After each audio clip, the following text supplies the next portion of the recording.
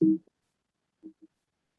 evening. It is November the 8th, 2021, and this is the West Shore Photography Club meeting.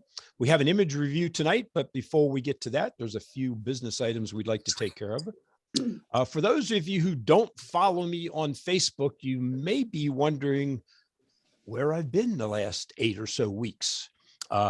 Joe has very gracefully had taken over the meetings for me at my request.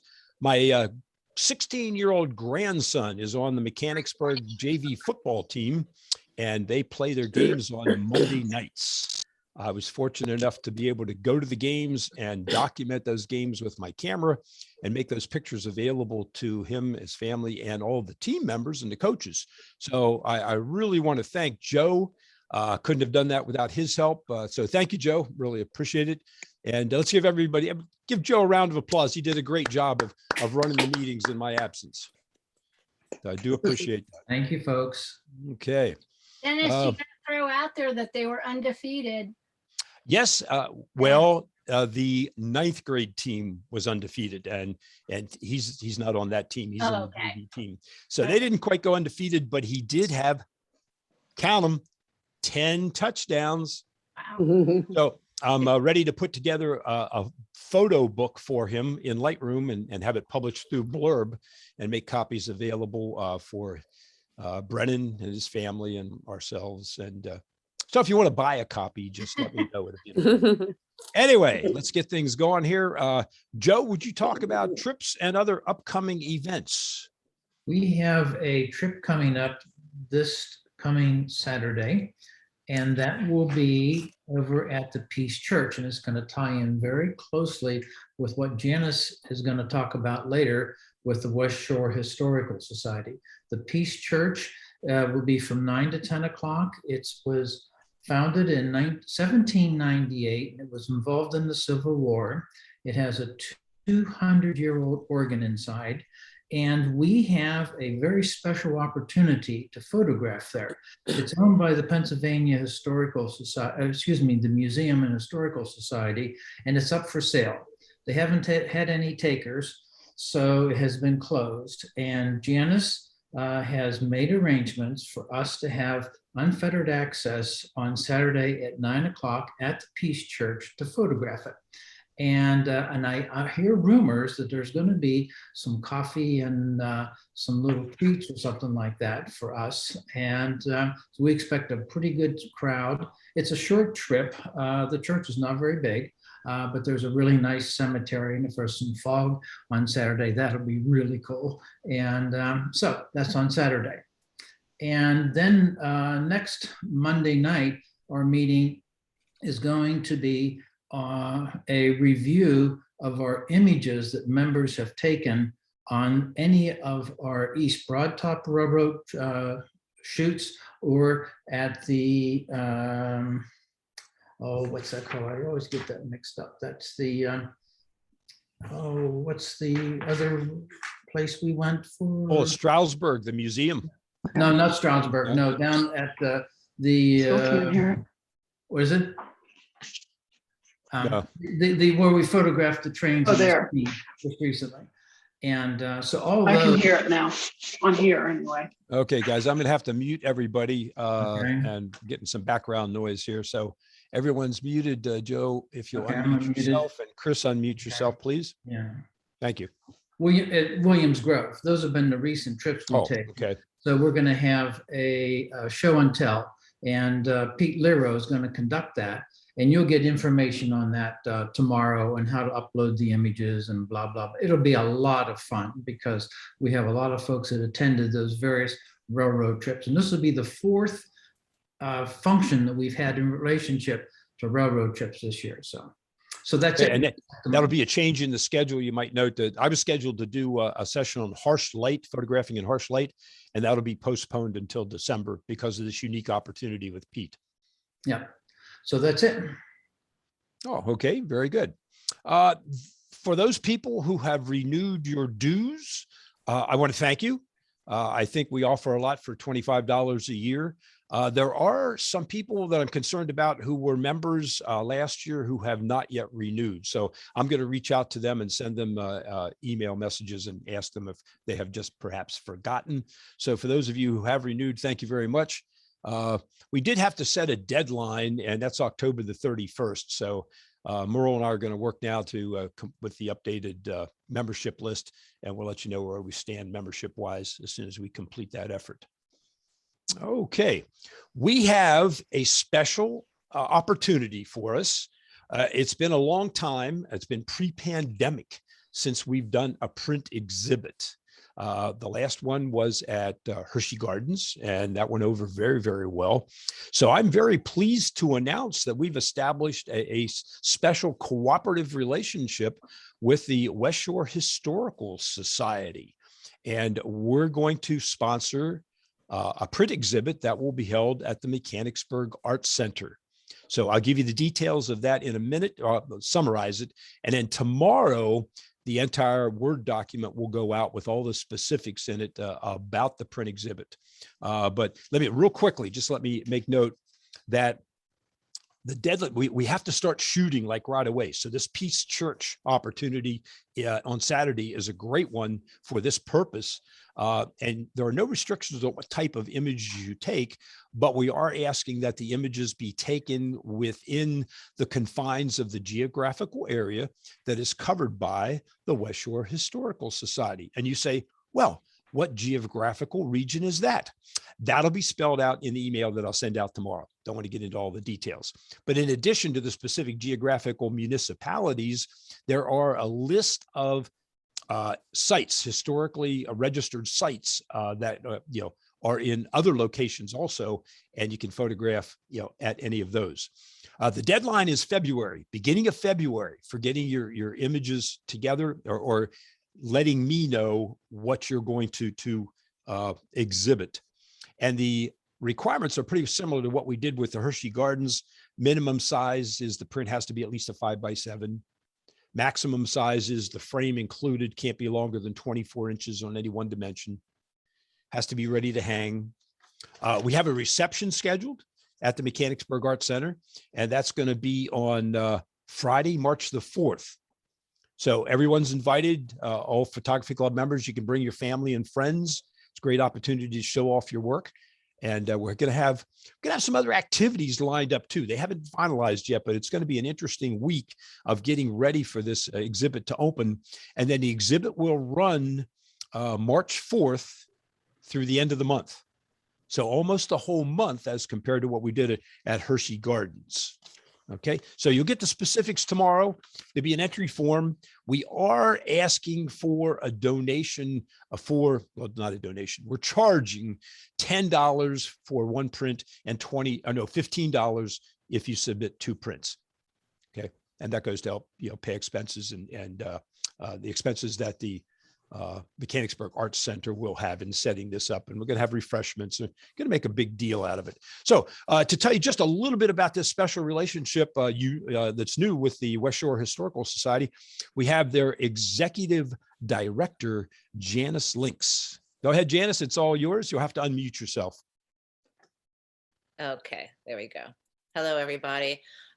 Very excited about this little partnership between the West Shore Historical Society and the West Shore Photography Club. What better pairing? One of our goals is to highlight not just the historical sites, but definitely the historical sites, but also places the beauty of the municipalities we represent, which you'll get in your details, I'm sure, from Dennis. Right. It kind of came about accidentally, how this project came to being. As I ran into Joe one morning on our morning walk, we live not far from each other, and asked him what he does for fun. And of course, he mentioned the West Shore Photography Club, and that led to some brainstorming between him and Dennis and I. And we came up with this idea of working together, providing you an opportunity to have a print exhibit, as Dennis said, and also giving the society a chance to go out and do, what our mission is, to highlight these important places. And while you are, of course, open to photograph anything that you would like, our interest is in the historic places. And because of that, we have supplied a list of those places. And I just want to say to all of you, if a place catches your fancy and you want some more details about it, please reach out to me and I'll get you as much information as I can about it. Shall I offer your email address in the follow-up email tomorrow? Absolutely. And Okay. just to pique your interest a little bit more on the historic places, David Smith, who's the executive director of the Cumberland County Historical Society, has just put out a book, and his book is on the lost places in the county. So all of these places that we have now, and being able to document them, hopefully they'll always be in place, but being able to document them for the future would be a great thing, certainly for our society, and I hope for you personally and for your club. So I'm new to the position of executive director, learning a lot. This is my first big event for the society, and I just think that it's going to be great for everybody involved. And in partnering together, even members of our own groups getting to be more familiar with each other is beneficial. So I thank you and look forward to meeting you, some of you at Peace Church on Saturday and others in March or sooner. Thank you. Okay. Well, what do you have planned for Peace Church? I know we talked about some possibilities. So Peace Church was not open to having a press conference after the event, which was something that I had really hoped for. But the fact that they're going to the trouble in opening the church, it's been shuttered. Apparently it's a big deal to unshutter it. Not sure what their hesitancy is, but I have to respect their wishes on that. So we do plan on publicizing it afterwards, certainly with our social media, and it will be featured in our newsletter that will be coming out in the beginning of December. Photos that we take that day. Will there be goodies? There will be goodies. There will be coffees and water and little pastries. I ordered everything today. Cool. So we will have it, hoping for good weather. It looks like it's trending better than it was a few days ago. So yeah. What time do you expect to be set up with the goodies? Well, I'll be getting there an hour before. I'll be getting there at 8. So there you go. Social hour from 8 to 9, and then we shoot. There you go. Okay. Yeah, you're welcome to join us early. As Joe said, we're not going to be there long. We're only scheduled from 9 to 10. So get there early, get something to eat and drink, and then we'll photograph inside and outside. And just to make it clear again, absolutely no food, beverages, not even water. I swore that nothing will get in that church. They're very protective. All right. We'll have the police on duty. Thank you, Janice. Yeah, this is an exciting partnership. We're really looking forward to it. Okay, so tonight we have an image review. There is no theme, and Chris Heisey is going to do the honors. We have 23 images. So thank you. We've rebounded very nicely from the 4 we had 2 weeks ago. So we'll have to keep things moving. So we'll still try to ask the photographer for comments after Chris's critique, but please keep in mind that we have a lot of images and keep your comments short. So Chris, I'll turn it over to you if you'll share your screen and we'll be ready to roll. All right, it's been a little while here. Share screen, there we go. Share. How's that? I see a Zoom screen. Uh-oh.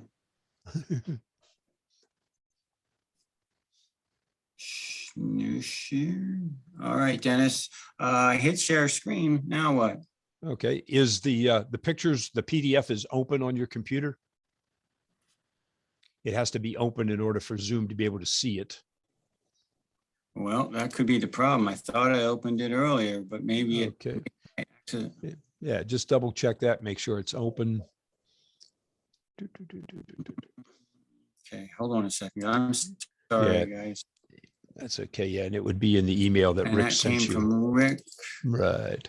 Yep, Oh, we get to there we read your go. emails. Yeah, I looked at everything earlier Ah, today. there and I we go. printed everything out. so Yeah, if you there want to we go up to hit Sorry, guys. full screen mode,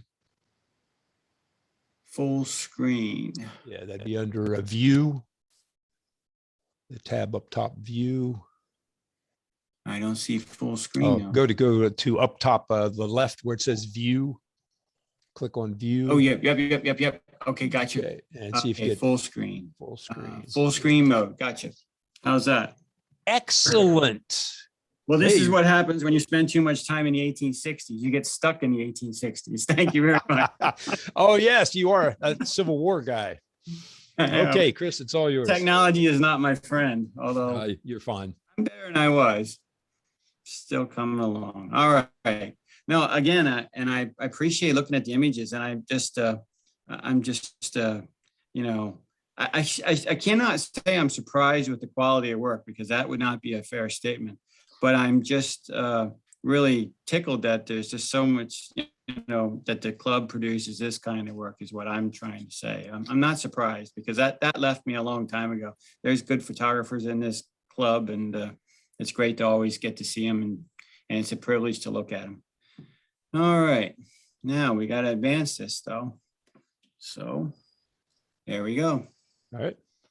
Yeah, we started right off with a nice moody shot. And if anybody knows me from, I've been critiquing and judging for such a long time. I do love what I call low-key photography, and there's low-key and high-key in the images this time. But this is just a really simple image, but I just love how the light sculpted around him, and I just think it's a really neat shot. And the noise level is pretty good, and I thought the ambience of it was really good. And again, I really fell in love with the sculpting of the light, though. That's kind of, photography is about light. This is cool how it's sculpted. If you really look at it, you can see the detail of his cheek and his brow and his ear, and you look at all those details. To me, that's kind of cool. And the wrinkles in his pants, and again, that's just artificial light, but obviously just a night of music's probably in the summertime. It's just you get the feeling like it was just a nice relaxed atmosphere. So I enjoyed looking at this, and it's a really nice solid image for me. Okay, let's hear from the photographer. If you'll unmute yourself, please. Hi, this is Anthony Tamalonis. Thank you. That's exactly what it was. It was a very relaxed, I was very close. I was maybe eight feet away from him. And the beauty of it was there was just black behind him, because there was the ocean behind him. So this was a very easy photo to see. And thank you very much for your comments. You're welcome. Can I ask you what lens you shot it with, and like what kind of light did you have, and what kind of settings maybe were you close to, if you could recall? I don't remember my settings. I believe I was using my Fuji with a fixed 23 millimeter on it. Okay. And so, I was very, very close to him. And this was cropped down. Okay. I don't, the rest of it, I don't remember. I'm sorry. That's fine. No, but the 23 is helpful, because to me, it looks like it's even a little compressed a little bit, but it's not. So that 23 that's cool. That's neat. I'm glad you were that close. That's kind of cool. Yeah. Nice image. Very nice image. All right. On to number 2. And we go right from a relaxed, quiet evening to a sinister old man as a wizard. I love the title. But what I really loved about this image is, it's simplistic, and I don't mean that in any way negative. The lighting's flat, and obviously you took it into black and white, and I love that. But I just love the fact that you got, you opened up the shadows of the face, and the face is, to me, is what makes the photo. Yes, the costume does, but I love the detail of the beard and the hair and just the eyes, and that's not an easy trick to do. So I'd be interested to see if you did some post-processing to open up the face, or was the lighting just flat enough where it was just okay?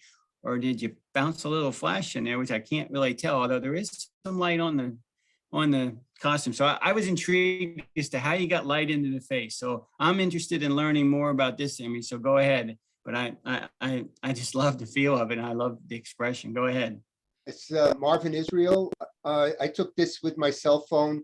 This is a good friend of mine who, for some incomprehensible reason, wants to look like a kind of an Appalachian hermit. So he's grown his hair and beard that long. And Yeah. he likes to scare little kids at the Halloween event. So he Yeah. put on this Gandalf outfit. Yes, I did a lot of post-processing on this. Aside from turning it into black and white, I did open up the face, and Yeah. I darkened, and it's infrared. I made it infrared. Okay. I reduced the overall exposure and worked on the sky to increase the shadows somewhat, and got Neat. rid of some darker leaves on the ground that were distracting, and so on and so forth. But anyway, he wanted a picture of himself, and so I took out my cell phone and I took a picture. Well, good for you. You good that you grabbed it with the cell phone, but then it's neat to hear that you worked on it and put the time into it post-processing, because I think you'll appreciate that, because I know by looking at it that there had to have been some post in it and that you had to spend some time on it, because it just doesn't, this thing just doesn't sort of happen. So that's really cool. That's Yeah, neat. he's very happy with it. Good. That's great. Well, that's when photography makes other people happy, that's a pretty good thing, I think. Thank you. All right, the road. And this image, I think I probably would be fair to say I've been preaching this for many years here, and there's a couple images in here that kind of tickled me a little bit, just because I love to have things coming out of the corner, and sure enough, the road comes right out of the corner, and it makes me happy. Because and I think you could have 100 judges or critiquers here, and I think you get 100 different attitudes or ideas, which means critiquing is so subjective. But for me, this works for me because I just like things coming out of the left corner. I don't know why. That's how I try to compose a lot of things, because I think that's where my eye begins, and some people's eyes don't begin that way. But I like to, I like to read a photograph. So I usually like to start at the bottom and go up, and I just follow all around there. And to me, this smacks of just a country road, probably out west somewhere, with a brilliant summer sky of puffy cumulus clouds that probably will turn into thunderstorms later in the day. And all this blank space over here just, to me, says openness and just freedom to me too. It's just, I like photographs that say something, not just show something. And I think this does both. So I'd be interested to hear about this story too. Okay, can you hear? Yes. Hi, George. Oh, okay, this is an infrared picture. It was taken in infrared Mhm. and then processed in a series of presets that Kolari, the people who converted my camera, have. They make it pretty easy. But then I like to play with the colors. Yeah. Rather than have a teal or an aqua sky, I wanted a deep blue sky. Yeah. And all the stuff that you see that was yellow was actually green. I see. Well, and like, what's your nano setting in this camera? Kind of like ballpark. What do you prefer? And are you happy with where you're set at and got it converted to? Yeah, I can't tell you what I had it set on. I have it on aperture priority. And when you look at it, and after you take it, it just seems all red. I mean, you just can't see much. Absolutely. You have to get on the computer and you have to process it somewhat before you see what you've got. And I probably cropped it a little. And I was concerned really about the road and calling it the road, because really the center of attention is that big blue spot in the sky that's shaped like a tooth. I agree. That is, and that's where the road, though. See, without the road, though, George, I wouldn't have never gotten up to that, in my view. So that's what's neat about it to me.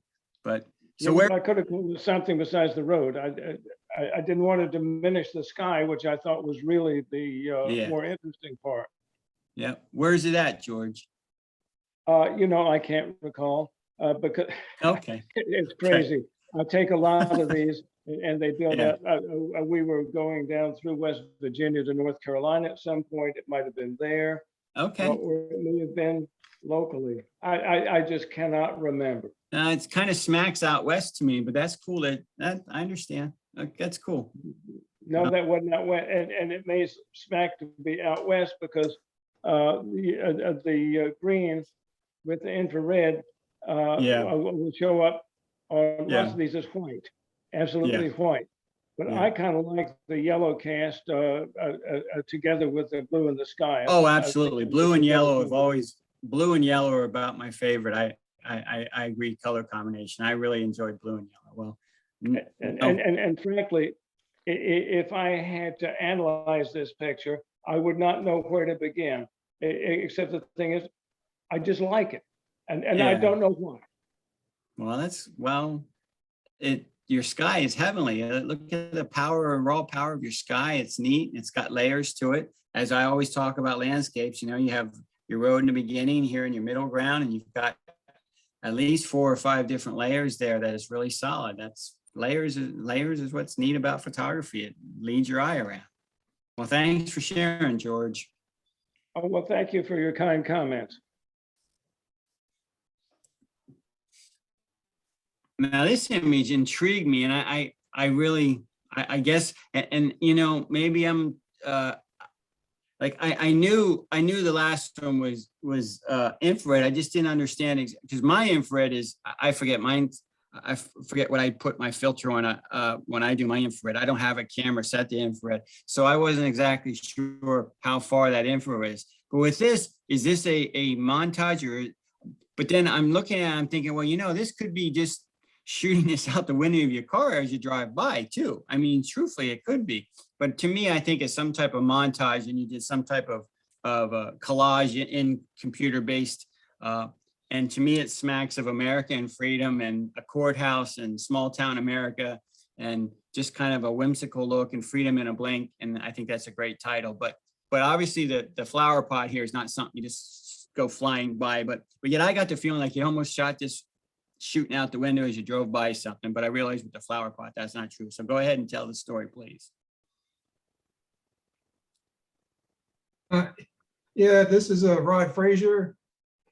And this was based on, I was taking a class with Dennis, and our subject was intentional camera movement. So this was a wall mural on side of the wall. Mural. And I was just doing horizontal intentional camera movement. So excellent. That blurred effect. That's cool. And I like the freedom in a blink because you never, especially if you're thinking about the Afghans, that freedom can be so fleeting. So you got to grab it when you can. I understand. Yeah. Well, and I really the little tree over here but yet I just got the feeling like, and I think that's the cool thing about using your camera as an artistic tool to move. I did some tree blurs a couple weeks ago when the weather wasn't really nice out. It was kind of dark and cloudy, and I really liked what I was doing. And I mean, it was just serendipity, honest to God. I mean, I probably shot 800 images and maybe like 3, but it was fun just to do it, just to do something different and not have my eye at the viewfinder, but have it out in front. So this is neat. I liked it a lot. That's cool. Great, thank you. You're welcome. Good morning, moon. Well, now this definitely smacks of the West, unless somebody tells me this is West Virginia. But I love all the texture of the foreground and everything, and the ambience of the scene and all the light. You got a little vignetting up here in the corners, which I never really tend to have a problem with that, but some people might have a little bother with that. So if you wanted to fix that a little bit in post, or if you're fine with that, that's absolutely no problem. It leads my eye right up to the moon. The moon's smack dab in the middle. I don't have a problem. I do think there is a way of underexposing your moon a little bit and still holding your foreground pretty good. I think you could have gotten your moon just down a little bit to it wasn't just a white dot blob, even though you're probably there with to me, it looks not total wide angle, but I think you could have done a little better with the moon not being quite as blown out. But if that's the look you're after, that's fine. And when I shoot moons, I tend to do multiple exposures and just do my moon first, and then I do my foreground or whatever I tend to do. And sometimes I cover my lens. This would have been a little hard with the jagged landscape line there, so it would have been difficult to cover it and then shoot it. But there's 100 different ways to kind of do these kind of images. But and you can even take down the tone of your moon in post too. But if you're happy with that and happy with the ambience of the image, and don't let anybody else tell you that, you know, there's better ways to do it. If you're happy to do it that way, there's nothing wrong with that.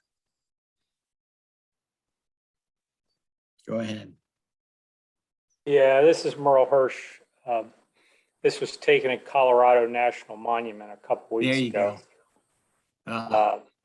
So it was 6 o'clock in the morning. The sun really didn't break yet. It's a little bit of a longer exposure. Yep. I don't consider the moon blown out, but I guess you could look at it that way. Well, But, and again, that's a matter of interpret. And please don't take that as like I'm you know, a blown out meaning bad. I just see it as for me, it's just bright. But I totally love the ambiance, and you know. Yeah, and I wish the moon would be a little crisper, but it was pretty hazy that morning. Yep. And that's why a problem too. I understand that. Yeah. Yep. So and probably could reduce the vignetting a little bit. I did notice that before, but on this screen I see that. Yeah. So.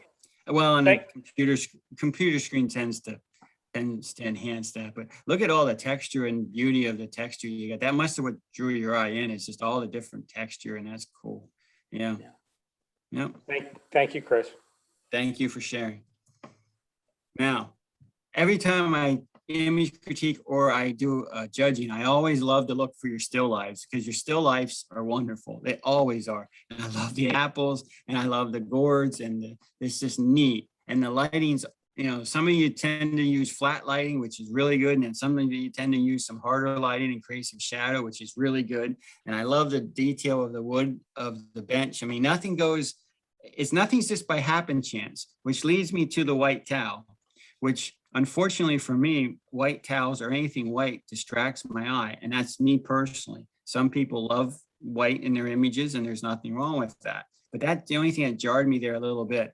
And I think it probably didn't serve your images well, but you might feel differently, and you might have a story between what the white towel or what that means or whatever. But to me, the white towel is a distraction to an otherwise beautiful still of gourds and all the texture you have there and the different colors you have. But go ahead and refute what I said. This is Dave Marchetto. Thanks very much, Chris. I appreciate those comments so much. The hallmark of this type of image that I've been taking previously is the unwieldy spectral highlights. Mm-hmm. So I dialed that way down. This is an experiment, so I was really pleased with that. Interesting on the towel. You know, I haven't done enough of these to really get a feel one way or the other. The towel's very important in this image for a couple of reasons. One, I just think it gives a little bit of a different sort of a feel to the image. But number two, and I have to tell you this because you wouldn't think about it, I planned to do more still lifes like this with fabric. So I really had to experiment, with with fabric. So the white happened to be handy, because in the future, I mean, I even see potentially using drapes and such. Thank you very much for those comments. Well, but look at your texture as neat. I mean, nothing blew out. And it's great. And you got some shadow on it. So there's a lot to be said about what you can do with that sort of thing, and the curves and the little patterns you have there. You have a whole photograph in itself right in that. I guess I got distracted with the white, but I appreciate the explanation. No, I do. And I love the bench. I think it must be fun just to do still life and to slow down and do that. You must have fun doing this, because it looks like you have fun, and you get just to kind of take it and slow it down, because so much of my photography is fast sometimes. I'm chasing fast birds, or I'm chasing quickly, and that can actually drive your anxiety up. This to me drives your anxiety down, and I would like to do more of this sort of thing, because I come out of a photo shoot with my heart beating and pounding, and that's okay. But photography shouldn't always be an adrenaline rush either. So this is cool. Yeah. Well, thank you so much, Chris. I really appreciate those thoughts. Good to see you. Well, here we have a right corner coming out. I enjoy this too because I love things that come right corner with a nice ultra wide lens. I mean, to me, this looks like I'd like to say somewhere in the 18mm range, but maybe someone can, and the artist can enlighten us on that. I love the leaves on the ground. Little incongruency here, and I love incongruency, but all the leaves are up here and there's no leaves down here, which means someone either cleaned them up or the tree just got lazy and didn't spill them over there. So I think that's neat. But I love the composition and the light, and obviously a little bit of cloud in the background here would have given you another layer, because you've got some nice layers of your landscape here. And maybe I throw this out and see if anyone else, I don't know. I know most everybody's muted, but I tend to take this kind of sign out. I know that's not authentic to the scene, but if I'm trying to show something period like this, that sign wouldn't have been here 250 years ago at a colonial little house, or whether it's an ice house or what it is, or it could even be a meeting house. I don't know, but it'd be interesting to hear your feelings on that, taking that sign out or not. And I love the composition. It's beautifully composed for me.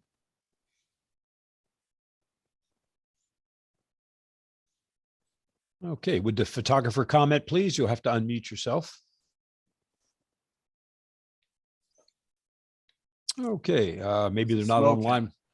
Yeah, it's a smoke. I'm here. Oh, okay. This is Vicky. Hi, Vicky. Hi. I believe it's the smokehouse at Renfrew. Yeah, now I see it. I just saw Renfrew, but I see their smokehouse, so it's a smokehouse. I understand. Yeah, I think it's what they call the smokehouse. Yeah. I actually forgot to take that picture or that sign out. Okay. That was my fault. No, if you want the sign, it's not your fault. No, well, it's a sign for the there's a fence that goes behind that. Yeah. This was taken with a cell phone. And I was trying to get the leaves that ran through, which went from yellow to getting frost, and they all fell, and they're still green there. Yeah. So, Yeah. But I was looking at it, and I like the diagonals with the hill and the stones going back to it. And then there's sort of a diagonal the opposite direction on the top of the trees. Yep. Absolutely. And that's the why leaves, yes, they were cleaning up the leaves. So that, yeah, that sort of looks strange. It means my editing skills aren't good yet, but I wanted to bring some more blue over into the right-hand side there in the sky, right above the trees, but I just don't have the skills for that yet. Well, neither do I. Where is this at though, Vicky? In Waynesboro. In Waynesboro, okay. Pennsylvania. Yeah, it's a nice park, and there's it's a house from the 1700s, a stone house. And we forget here in Western Cumberland County and Franklin County and those areas down there, this was the frontier in the 1750s. I mean, this was all Native American land, and this was the true frontier. This would be like California 150 years later. This was a true frontier. I mean, hey, really just think about how Mechanicsburg got its name. Yeah. Yeah. I mean, just really, this was just the western fringes of the United States, and I don't think a lot of our young people realize that this was just really truly the frontier before you got up into the mountains, and it really was pretty raw wilderness, in fact. Yep. Thank you, Vicky. If I could ask a question Certainly. online too. I'm sorry, you already went on. There's two boxwoods in front of the building. Yes. Should they be lightened up a little bit? Maybe someone else will, or I actually can still see some leaf in there and see some detail, and I don't have a problem with some shadow. I never, even if you lose detail in shadow, I'm kind of okay with that. But some photographers would and artists would open them up some. But for me, no, I don't think you need to open that up at all. Okay, thank you. You're welcome. Now this image, I always say, there's always one when I judge or something that I would hang on my wall, and this one, and I'm such a bird nut that I don't know what bird this is. I kind of think it's a northern harrier. So if someone wants to, the photographer knows, I love your bouquet, but you know, your background and just the positioning of the bird in flight. I learned a lot from this image because I do a fair amount of flight photography, and I'm going to try and put it up at the top like that. I mean, I don't have a focus rail up quite that high. It looks like it may be like a D500 type of camera or whatever that has a higher focal point, but man, does that lock on. It's dead sharp, and I love all the space at the bottom. I love this image, and I love the rim light around the tail and the fan out of the tail. This is just a raptor hunting, and this is just pure raw power. I just love this image. This was fantastic. Hi, this is Joan Smith. This is my image. This is a snail kite. Snail kite, okay. Yes. Yeah, go ahead. Like down in Florida or down in the South? Yes, sir. Yeah, it was taken in Central Florida. Yep. Yes, and they have an area there that is, I think, part of a state park, and the snail kites had at one time become almost extinct because of ruining their environments. So what they did was they reintroduced the apple snails, and so the snail kites are back. Great. And they are mesmerizing, this bird. And actually I just had gotten a lens that would work for birds in flight. So this is one of my first birds in flight images that I really had come out good, I guess. Well, if you were a major leaguer, and this would be sort of like kind of then hitting a grand slam in your first few at bats in the major leagues. Oh, thank you so much. Grand slam. I mean, really is. Yeah. And I'm going to study this bird now because I'm really into birds. So I'm going to, after we're done here tonight, I'm going to look this bird up because, you know, I've seen a Mississippi kite when I was down in the South one time, but I was never close enough to really get a detail of it. But the tail, that you tell me it's a kite, the tail gives it away, and I'll look this bird up. But thanks for sharing.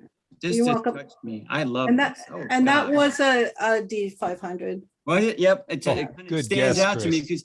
because you have that that ability to focus way up top like that. Yes. Yeah. Serendipity. I mean, it's neat, man. Oh, thank you so much. I love that. I love this too. And the bokeh in the background, it is all there. I mean, that is how it was shot. Well, And I sure hope you blow this up and put it nice and big in your living room to make sure everybody knows when they're coming to dinner. This guy's gonna come in for dinner too. Okay. And if this makes you feel any better, this guy, when he came in towards me, was level. Okay, so I unstraightened him. No, okay. I understand that. And so he looked like a little bit more natural, I thought. Yeah, I agree. And to me, that's artistic license. Yeah, I don't have a problem with that at all. Yeah, great. Thank you so much. Joan, welcome to the club. Joan is our newest you. member, so that's quite an entry for your first submission. Yeah, thank you so much. I'm glad to be back. I was a member of Hershey Club for a number of years, maybe like about 4 or 5 years ago. And now I'm spending winter in Florida. So I ended up getting a setup that I could do some birds in flight. So have fun. You will see more. You will see more of these, hopefully. Well, good. I'll be happy to. Thank you so much. You're welcome. And another bird in flight.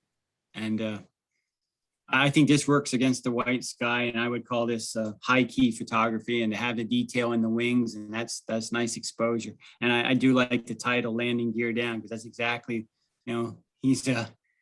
he or she's coming in for a landing most likely, and at that intent eye. I mean, I don't know if it's ultra sharp.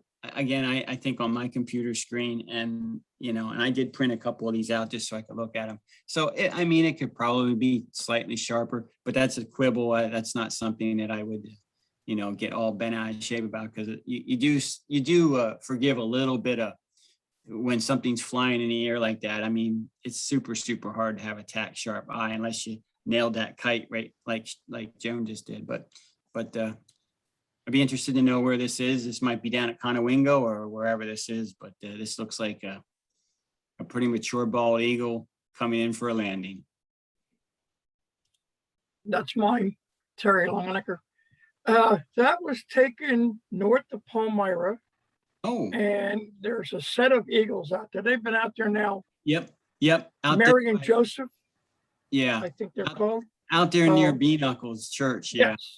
He was coming in for a landing on the towers, on the power towers out there. Yep. Cool.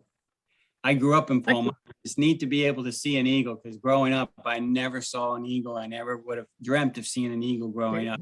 I grew up in the 70s and, we were down to maybe a couple thousand pairs in the whole country. And now we have, now it's just neat to be able, I saw one flying over the Yellow Breeches a couple weeks ago, just hovering over just looking for a snack. I think it was just neat just to be able to see it. We've never seen that growing up ever. So it's cool. Oh, no, not in our area. No, out. Yeah, obviously in Alaska and places where there's, concentrated fish eating places, but not just in random little Palmyra, Pennsylvania. No. Yep. It's neat. Thank you for your comments. You're welcome. And this image, I just really fell in love with this, the ambiance, I guess I would call it, but just the old engine and the greasy look and the high contrast of the look, and then to have your conductor or your engineer standing there in the steam and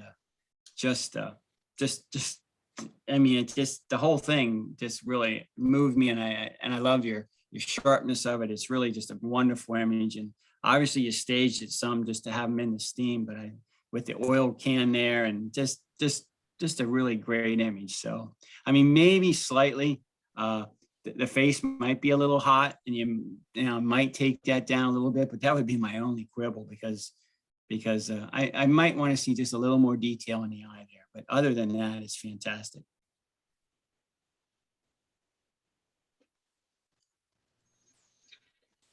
That was from Mary Eileen Carson. I took that up at the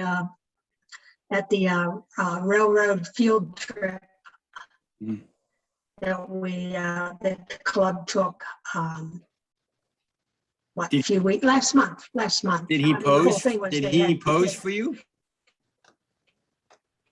Yes. Yeah. Oh yes. Well, they would set up different scenarios and have actors, volunteers, I guess, or that's neat. pose for it. And they had just pulled this into the roundhouse, and they set off with some of their smoke was settle. I took this shot, but it required a lot of burning and dodging. Yeah, because it was pretty flat. Yep.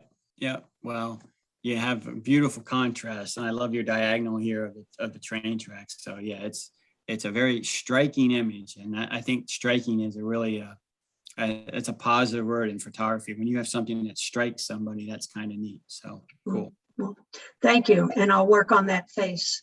Okay. Here, just love this action. All 4 whoos are off the ground. Here, 2 whoos are off the ground, and you got the dirt kicking up.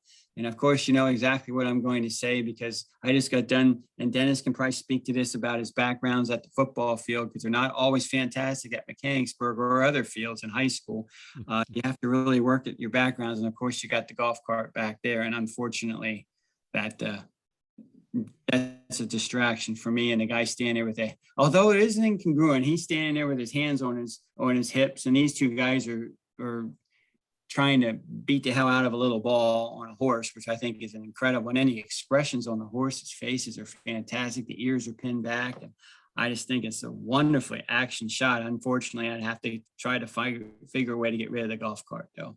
That would be me. Because I shot a soccer game at Hershey Park Stadium the other day, and I was trying to backlight everything on Saturday, and the light was wonderful. It was late in the afternoon, but I kept having a distraction of they have all kinds of junk sitting around the stadium because it's obviously a concert venue, but I finally ended up just getting tight enough where the background didn't matter, which worked for me. But unfortunately, that's a problem there for me. All right, that was my picture, Jim Breilinger. Mhm. That was at the MS annual polo match down in Lidditz. Yep. My friend and I are the quasi-official photographer for the MS banquet and polo match they do every Yeah. year. I threw Wow. this, I wanted a couple of thoughts. I get the golf cart. Unfortunately, all around the polo field for this Yep. event, spectators, sponsors, I and understand. so forth. Yep. So totally no matter what I understand you're did, I'm going gonna Yeah. get something in the background. So Yep. if you look at the trees, if I'd used a polarizing filter, would that have brought the trees out a little bit more? Well, yeah, but with a polarizer, you obviously would have cut your light down, and I don't know what kind of lens you were using, if you have a big enough polarizer to fit on your lens. But to me that it stands out fine with the white and the contrast. That I wouldn't concern myself with action photography to worry about whether you polarize that or not. But yeah, it would definitely take down some of the sheen, and it'd take down some of that, some of the over here on the right side. It would take some of that off and that reflectiveness of it. But I wouldn't sacrifice my shutter speed and my light by putting a polarizer on personally. But that's up to you, though. That you can, again, it's a personal prerogative to do what you like. I tend to try to get every ounce of shutter speed I can out of it. So I can stop that action. You beautifully stopped the action with that dirt flying up is beautifully stopped. I mean, that's neat. So I'm not sure I would sacrifice that dirt flying up for another stop and a half or so for a polarizer. Maybe you still could have, No, that's what I was asking. I appreciate the feedback. Thank you. You're welcome. Beautiful shot, though. Thanks. And now this smacks of the West. This is not West Virginia. So I love just the two people there. I don't know, maybe you set the camera on timer, maybe not. There's just two other people. I assume it's two other people, but to me, I guessed that this was like Lake Mead out there in the plateau country, but maybe not.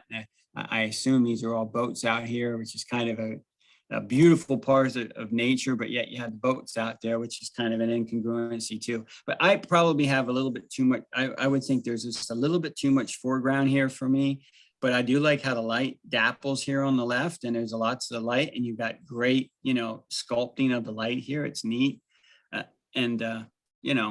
I mean, I would take the overall tonal value down a little bit and have my sky just a little darker too.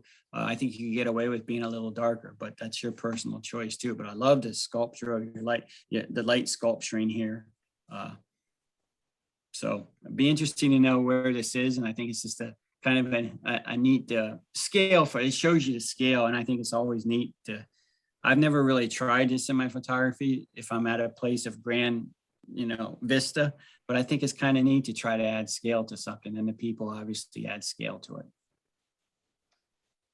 Yeah, this is Zach Bergman. This is, or what what is left of Lake Powell. Powell, there you go. Yeah, outside of Page, Arizona. And they're just so much. They're just such a drought that it's Yeah, so that's the marina, and obviously there's usually more lake there for the boats to go on. This was just a couple. So we got there, this was sunset. We got there probably about an hour or so before sunset, and I was taking pictures of the area. This is a point that overlooks the whole area. And then this couple was standing up looking as well. And what drew me was the colors of the blue. It was his outfits matching essentially the scenery, the blue in the middle. I'm sorry, I forgot to mention that. And I agree totally. When I looked at it earlier today, I thought, that's really kind of neat that you got a hat and a shirt that just is almost the exact thing as a rock in the sky. It's cool in the blue water. Yep. Yeah. Yep. So that's what drew me to it. I already did cut quite a bit of the foreground. I should have gotten closer, but this was a wide angle lens, so I would have had to been pretty close to them to cut all of it out. And I trying to figure out between left and right which one I wanted to cut, and I didn't really want to cut either, but so that's why there's more foreground than maybe is desired. Well, the light, I think your light hitting the rocks here saves your foreground, to be honest with you. So I that's a quibble of mine. That's just me maybe pointing out, just, you know, my preference is probably not as much, but that's a neat shot. I'm glad you grabbed it. And I do love the fact that you got the guy with a, I mean, what are the chances of just grabbing a shot of a guy with a yellow hat and a blue shirt that perfectly fits into the scene? That's kind of cool. Yeah. Yeah. It's neat what draws our eye in photography. I mean, it's neat, you know. Here you have this beautiful, magnificent, you know, vast canyon, beautiful landscape, the whole 9 yards. But it's the fact that you can just match it up with somebody who's wearing something that's in your scene. That's what's neat about photography. And people who don't do photography don't realize what they're missing sometimes. Just be able to exercise your creativity, your eye sometimes just by chance. That's what's so cool about it. Yeah, and I always try to, you know, I spent most of my time trying to avoid getting the people in the shot, and this one, yeah, but drew me that's, in. yeah, yep, absolutely. Ah, Mr. Woody Duck. It's not a wood. It's not wood, which means it's not a decoy. And here, I mean, I love, this is high key and it's terrific, and the white water obviously reflecting a kind of an overcast sky, and it's sharp. And wood ducks are one of my favorite subjects to shoot. And I love the whole, you know, they're just so beautiful and handsome. They're so skittish. So when you get one locked in on your viewfinder, you know, it's a happening. And I love to when I get onto a wood duck, I'm really happy.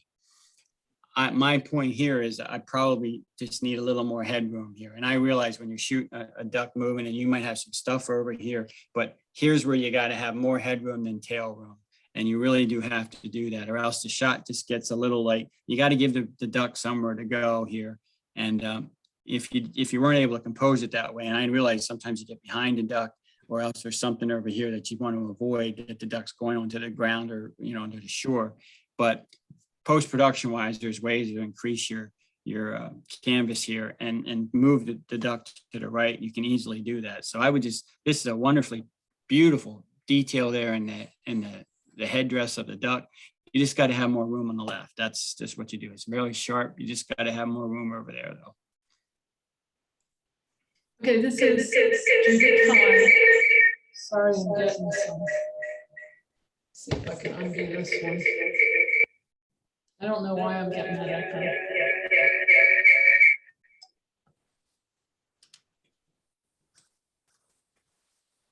I don't know how to undo it.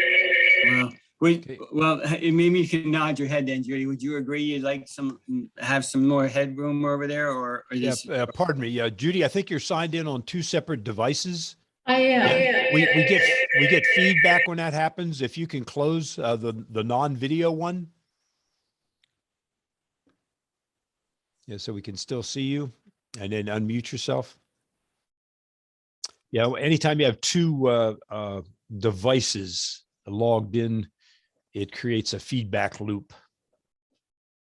We can't hear you. You'd have to unmute yourself. Try. You can you close out the one device? Okay, sorry.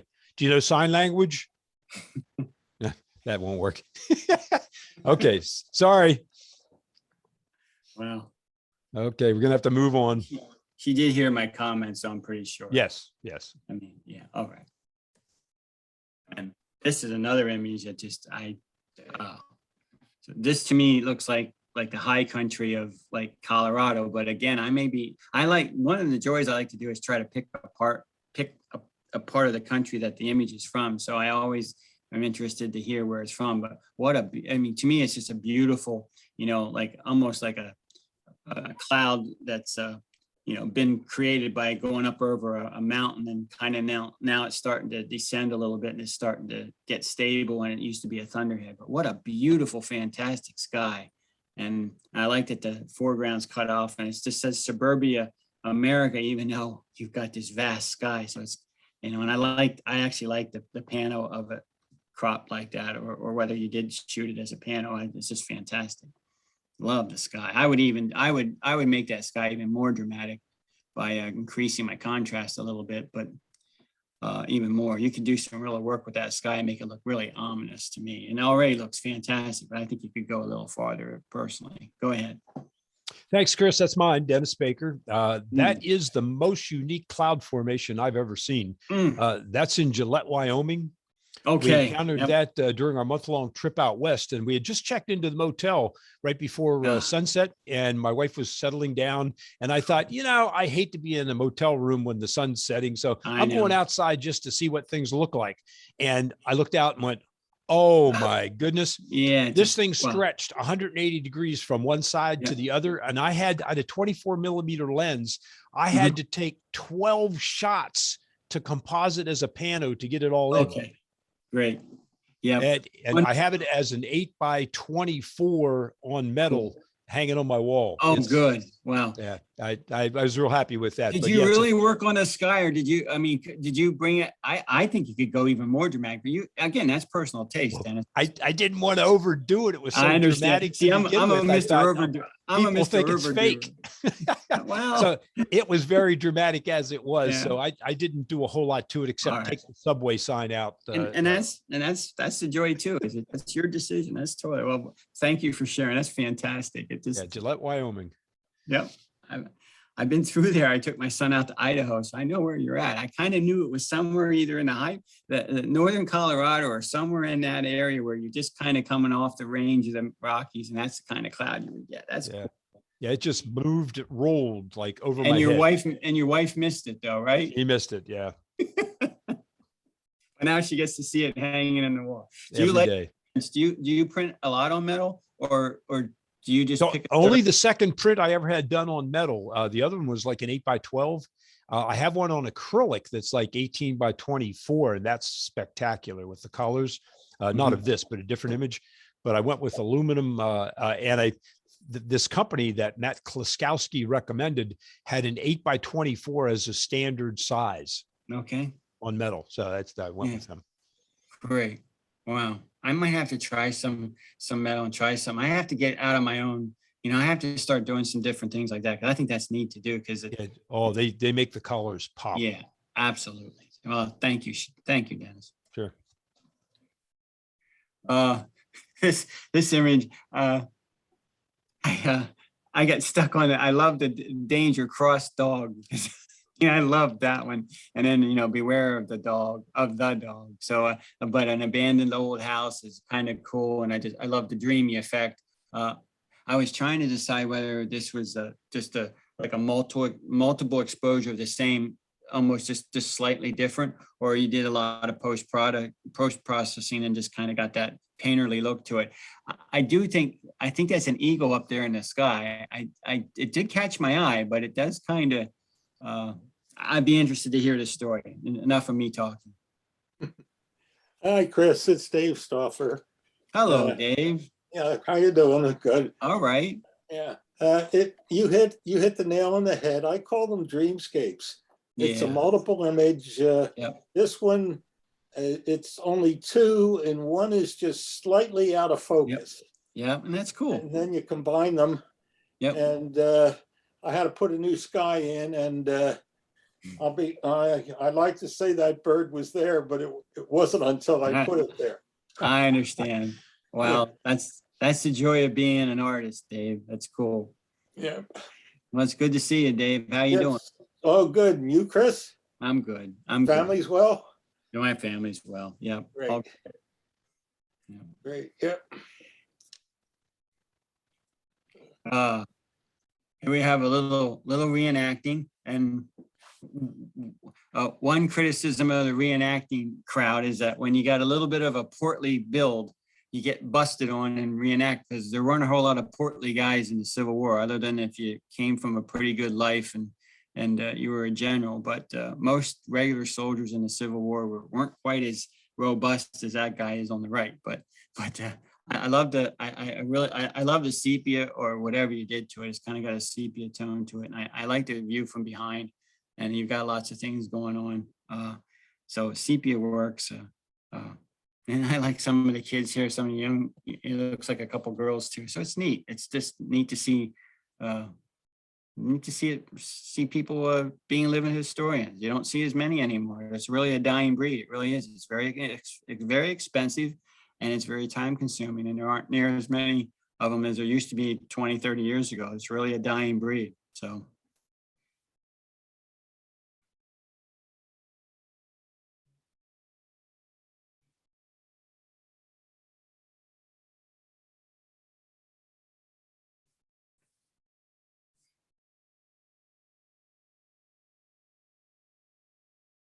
Okay, is the photographer with us? You'll have to unmute yourself. Rick, can you tell us who the photographer is? Yeah, this is Diane Parisi. Oh, okay. I think she's celebrating her birthday. She's out to dinner with some friends. All right, let's move on to the next one. All right. And this one just says hi. And I mean, again, another image that stood out for me when I first looked through them, and I love to kind of go through them fast first time and then slow the second time. And there's just a juxtaposition of the trunks is fantastic with the trunk pointing right into the mouth there. It's almost like, you know, I mean, it's just a neat shot. I don't know if you created that background or if that background you intentionally silhouetted it behind something. You know, so I'd be interested to hear how you got that look. But the pure artistic of the two elephants is fantastic, and I love silhouettes of wildlife. I try to do it as much as I possibly can when I get the chance. This is Joe Farrell, and thanks, Chris, for your comments. This was photographed from a boat on the Chobe River in Botswana. And I saw this, and that background is natural. I did not cool. Excellent. It up at all or anything like that, but I did crop in to make sure I had just the two heads. Yeah. And one of the questions I have is, you notice around the trunk that there's lots of flies and stuff in there. Yeah. Initially, I thought, well, maybe I should take it. I said, no, don't take it out. But I just wanted to get your thoughts on it. Yeah, no, and the older I get, the less I kind of try to clean things up like that, because I think when you got something wildlife like that, I think it's very natural to leave that sort of thing in, and not worth the effort. I don't want to say effort, but not worth to take it out. I think it adds it, and I love the hairs there, and I saw that right away. I just got, to me, that gave me a feeling like this wasn't a zoo image too. And I think that's important. I mean, I do a lot of zoo photography and I love to do zoo photography, but I personally would much rather be, you know, on the river with you in a faraway place in Africa rather than being at a zoo. So I think that speaks to that. So no, I think it's natural and I think that's cool. Beautiful, beautiful symmetry. And just the fact that this lines up, I just, you know, it's a great catching of a moment. To me, great wildlife photography is catching of the moment too. And that's neat. And I love that you silhouetted it. That's cool. You didn't have to do that and you did it. That's good. Thanks, Chris. You're welcome. And here, another just simplistic image. And I mean, simplistic in a very positive way.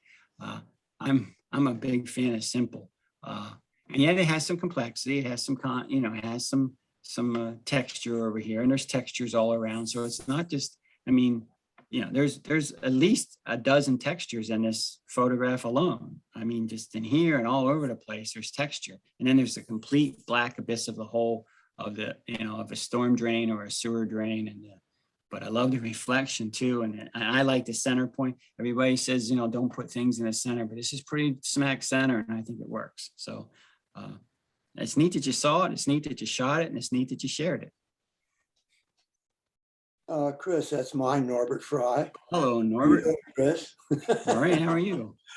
Yeah, this was taken last week up at the little Buffalo State Park. Okay. And that's the drain back of the dam.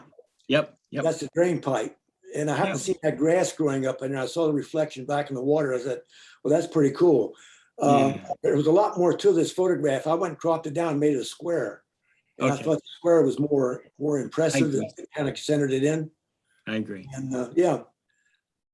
but yeah, I had to do a little notch burning. Some of the areas are a little hot, and I had to kind of take them down a little bit. But outside of that, that's pretty basic the way it was. Well, it's neat that you saw it, neat that you shot it, because some people, well, I would argue most people will walk by that and say, oh, there's anything interesting here, but there's a lot. It's kind of simple. It's kind of simple, and it's kind of, I thought in that that drain pipe has like a black background. It really makes that grass stand out. Absolutely. Anyway. Yep. Well, nicely done, Norbert. Thanks for All sharing. right. Good Thank to you, see you, Chris. Norbert.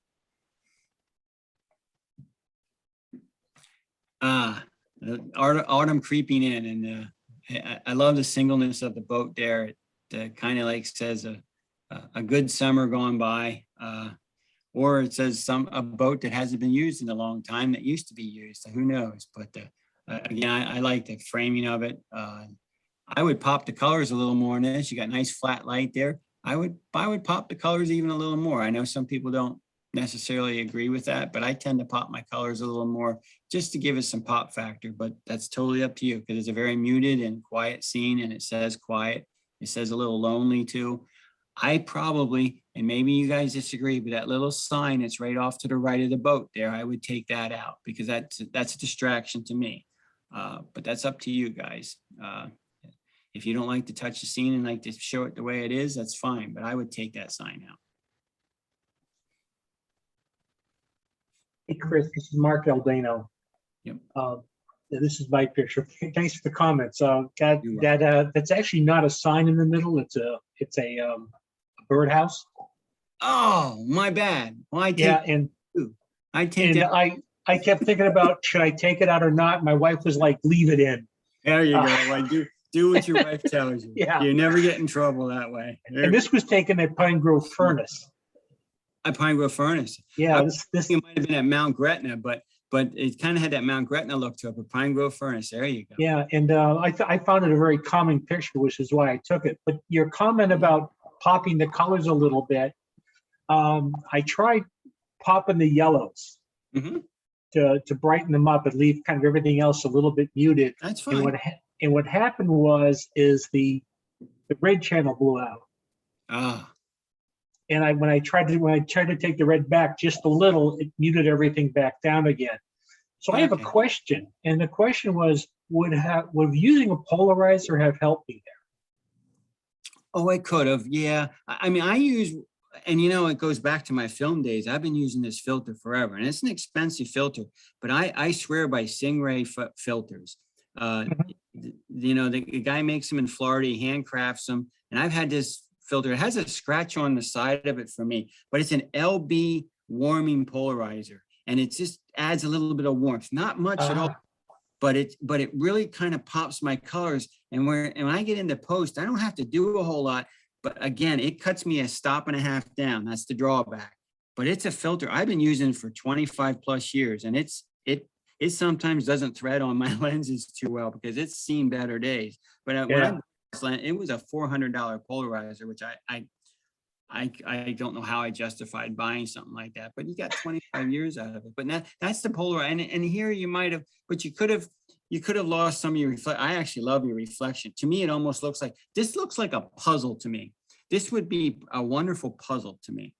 Like this would be a box puzzle that you would together, and because it has that reflection and has these neat little reflections, and all these trees would be a puzzle. A real pro puzzle person would challenge the bejesus out of them, just all the different leaves and everything. To me, this is a great puzzle to me. So that's what it stood out for me. But if you put a polarizer on there, again, you can turn it. And what I like about my polarizer is I can turn it to what level I want of polarization. So it's a precise piece of glass. It's not just a cheap piece of glass. So if I want to have a quarter polarization, a half, or full, I kind of know the sweet spots on my polarizer. And I swear by my polarizer. And I know a lot of digital photographers don't use it, but I sure use mine yet. I use it all the time. I just don't think to use them. I went back 2 days later and the leaves were gone. Yeah, when they get yellow like that, they start to drop in a hurry. But you have no leaves in the water though. That's cool. There was just a few, and they actually looked like hot spots. So I took them out. Okay, good. That's fine with me. I'm all good. Do you agree that this could be a puzzle or not? I agree. Yeah, that's true. I never thought of that. Yep. Boy, would you have you would have some pro puzzle people. Just my mom and I grew up. We put puzzles together in the wintertime. That's what we did together. And it was some of the best times I ever did. But we put some hard puzzles together. It would take us 2 months at a time. Yeah, she loved hard puzzles, so she made you think of my mother. So thank you, Mark. Okay, thanks. And I just love the sky here. This is obviously this is in the Outer Banks. I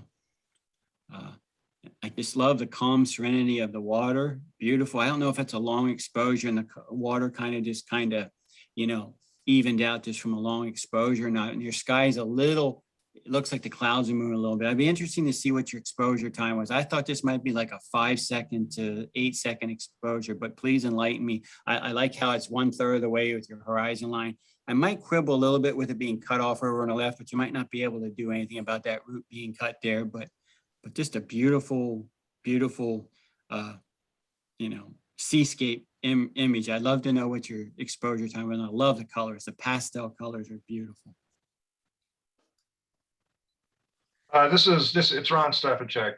Yes, it's the Outer Banks.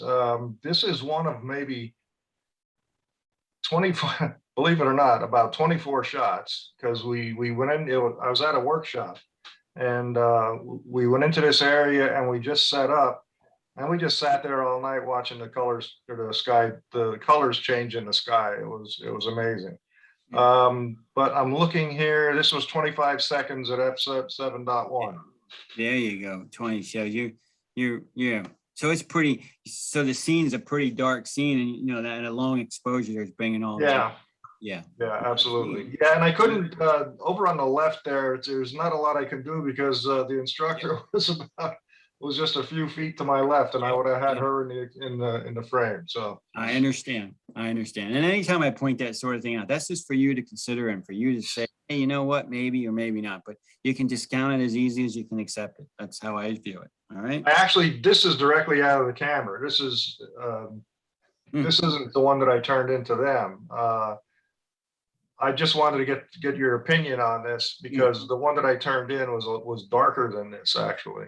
Really? And I didn't do a thing to this thing. So well, I don't think you have to do a whole lot because it's beautifully.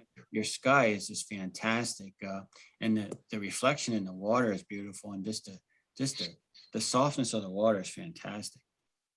I would love to see this printed big. This would look really pretty. I was just thinking printed on metal or something like that. Maybe you should. Yeah, or acrylic. I think Dennis is inspiring us to print on metal. Go for it. Thank you. Thank you.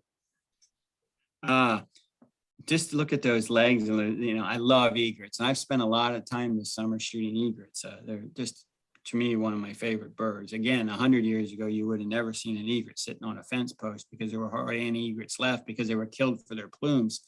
But my only quibble with this, and I love your background, I love the darkness, the white against the dark, and I actually love the legs. You very rarely see an egret with a great egret with their feet exposed because they usually don't sit like, they don't usually stand like this. They sit flat, so you don't really see their feet. And if they're sitting on something, they're on flat surface, so you don't see any of their feet hardly. Or when they're in the muck or in a swamp, you don't see their feet either. So this is really unique. I would just give it a little more room to the left here, meaning I would just have him over here just a little more on the left and get him a little more out of the center. That would just be my only quibble. And maybe you already cropped it. And if you crop that, you have to remember, I really kind of like my things, kind of like putting it maybe another, you know, just a little bit more left, and it gives you a little more lead room for where he's looking to. To me, what's he gazing at? It brings out more what he's gazing at to me. Thanks, Chris. It's Elaine Shook. This image was taken in Assateague, and it truly was gifted to me on a silver platter. The weather was perfect. The sky was perfect. It was overcast, which is really good for white birds. Yep, absolutely. The background was naturally dark, which I love. And this bird came to me. I did not have to seek him out. He was obviously very used to people, and he loved being photographed. Yep. And he landed on this fence, which was only about 15 feet away from me. However, I was focused on a heron on the other side of the road and was totally oblivious to this guy who initially was jumping up and down in this fence and flapping his wings, trying to get my attention, and I still didn't notice till my husband started laughing his butt off. But as soon as I turned his way, he sat there and he just posed very nicely for me for about 20 minutes. Now, I didn't, because he was so close, there was very little room to crop at all. So this is pretty much full size. I did have to adjust the size to fit a frame because I've already printed it and framed it. And I had to stretch it vertically a little bit. I see. And I there understand. just wasn't any room to move him to the left. I understand. And I get in it. I struggled to do that. I tried, but it just didn't work. Well, I appreciate you explaining because I get nose pickles too, and we all get nose pickles. But it's just the feet is what makes the image for me. I mean, obviously you got texture in there too, and it's neat that you see texture of the bird with the flat light that you have, which is wonderful light. But I love the feet. That's just cool. Well, I'm glad you printed them. That's cool. Thanks for sharing.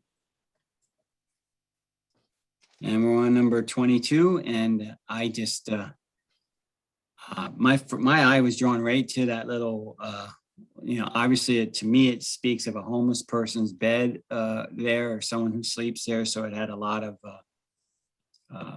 that was the message I took from it, but maybe I'm wrong. But I love the flat light of it, and I love all that you've got going on there with the words. And I actually spent some time reading some of them and tried to put place where it came from and where the words are from. But obviously a public building, and that's a Native American there. So I'd be interested to see where this is at, and if that is like a homeless person, or if that's just somebody threw something there. So go ahead, please. This is Tom Stoddard. Thank you, Chris. Well, this is down in Washington, D.C., obviously. And to be honest, I don't remember what building it is. It might be Union Station. Okay. We had gotten off of the Metro Union Station, walked to the Library of Congress that day, which is a beautiful building, by the way. Fantastic. Yep. But there was such, to me, such contrast when, you see all these beautiful carved statues and noble words all over the place, and then you turn around and see tents and on the ground where people are sleeping. And I'm really glad that you found the words on the wall there, because that's really the only thing I did when I processed it, is I wanted to be able to read those words in that center panel. Yep. And you can see the ones on the left and right are much harder to read. So I actually brought out the contrast just in that center panel, just enough. I wanted it to look natural. I didn't want it to be obvious that I had modified that. No, so, it's not obvious. No, it's great. So yeah, that's what, I think you nailed it when you said that was the message that I was trying to convey. So thank you very much. Well, I love when photos say something and show something, but more importantly, they say something, and that's neat. That's fantastic. So thank you for sharing that. This moved me. All right, last but not least, peephole. And the thing that drew me was the peephole. I love the hole in the oak leaf there. I thought that was fantastic. Now, my issue with this, and I think it's wonderful, just an abstract. Yet it's not abstract. We all know it's leaves, but yet it's just an abstract of just a still life of fallen leaves, which is wonderful. But I was wondering if you did put a polarizer on this, because this is where I would use a polarizer, and I would take down just a little bit of these reflections here in the middle and a little bit on the right-hand side. And here, if you don't use a polarizer, you don't have one in your bag, this would be a wonderful place to have one. And then you can use the polarizer, and then you can not use the polarizer, and you can see what you like. And again, you can bring your tones down and do it post-processing, but I do this in the field, and I still enjoy shooting digitally like I shot film 25, 30 years ago, because I still think before I die, I'm going to buy a brick of 20 pack of 36 exposure film and go out and shoot film, just because I love digital photography, but film made you just do things in the field and just made you think in the field. And I think this is where you need a polarizer. But I'd be interested. I love the composition. I love the detail of the oak leaves and the maple leaves. That's a silver maple. And you've got 4 or 5 different species in here. You got a sugar maple over here on the right. I love the species, but I would use a polarizer. So it'd be interesting to hear your thoughts. Hi, Chris. It's mine. It's Mary Fox. Hi. I did not use a polarizer. It was really overcast that day. I should have done, I never even thought to use a polarizer. So thanks for the advice. I was on the A-team hiking one day a couple years ago and the leaves were everywhere. Yep. And I just took them as I saw them. Wow. It's beautifully shot. It's beautiful. I mean, this isn't as easy as you think it is, because, you know, sometimes you're just overwhelmed with leaves all over the ground. You got to pick out a pattern, you got to shoot it. And you did that beautifully. I mean, I don't think this is easy to do. I went out in the frost the other morning and I struggled for about the first half hour, 40 minutes. And I was getting worried I wasn't going to get something. And, you know, sometimes you shouldn't be worried if you're going to get something, but I did want to spend some time and get something. And I just started relaxing and just quit trying so hard and just let it just happen. So, you know, this isn't the easiest thing to do. So I'm glad you shot it, because it's neat. I love fall abstracts. Thanks for everything. You're welcome. Well, thank you for everybody, and thank you for sharing. And again, I enjoyed the images, and I hope I didn't go too long here. I didn't want to talk too much, but some of the images required some talk. No, Chris, that was fine. And we really appreciate your critiques. That was very interesting. And I agree with you. There's a lot of beautiful images in that collection. Yeah. So let me take a minute here. Well, let's give Chris a round of applause, if you will. Maybe you can unmute yourself so he can hear those hands clapping. Thanks, Chris. Thank you, Chris. Excellent. Thank you. While you're thinking of any questions you might have for him, let me remind you that when we have a competition, this was an image review. When we have a competition, you can enter any image that you've previously entered in a review, because the philosophy is you would present an image in the review for comments. You just want to get the critiquer's opinion. Maybe you want to rework it, recrop it, whatever. And then, you know, we allow you to present that image in the competition when things get more serious. Yes. Okay. Any questions or comments for Chris?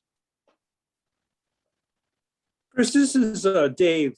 I liked your review of the polo horses, and you know, I don't use Photoshop, but for somebody maybe, you know, much more skilled than I, couldn't that golf cart sort of disappear, or, you know, is it, you know, beyond the pale? I really, you know, I don't know if that's a good question or not. You know, well, no, it's a great question. And Photoshop does everything. And when I look at I still consider myself a meatball surgeon when it comes to Photoshop, but I think I could get that out and make it look pretty natural. It would take me some work. Do I like to sit at an hour doing something like that? I might be able to do that in 45 minutes, but I think you could get rid of that.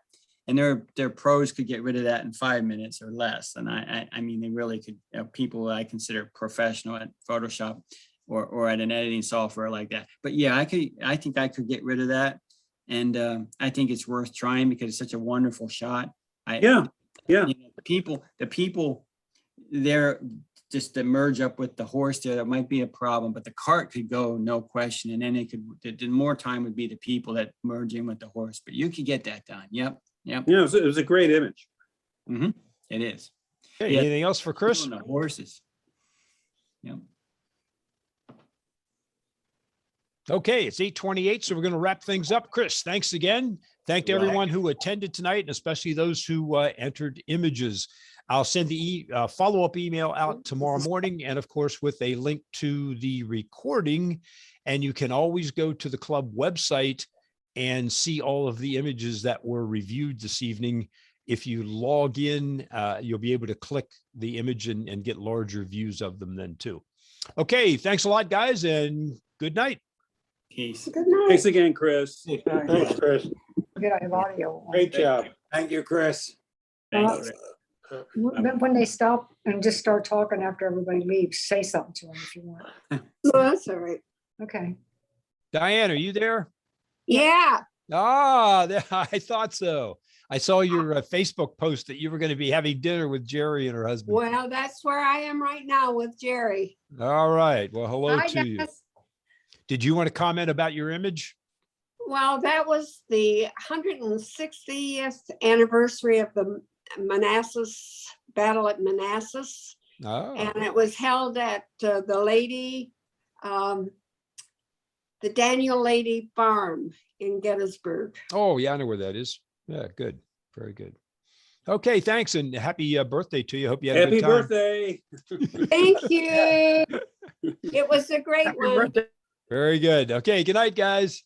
All right. Bye.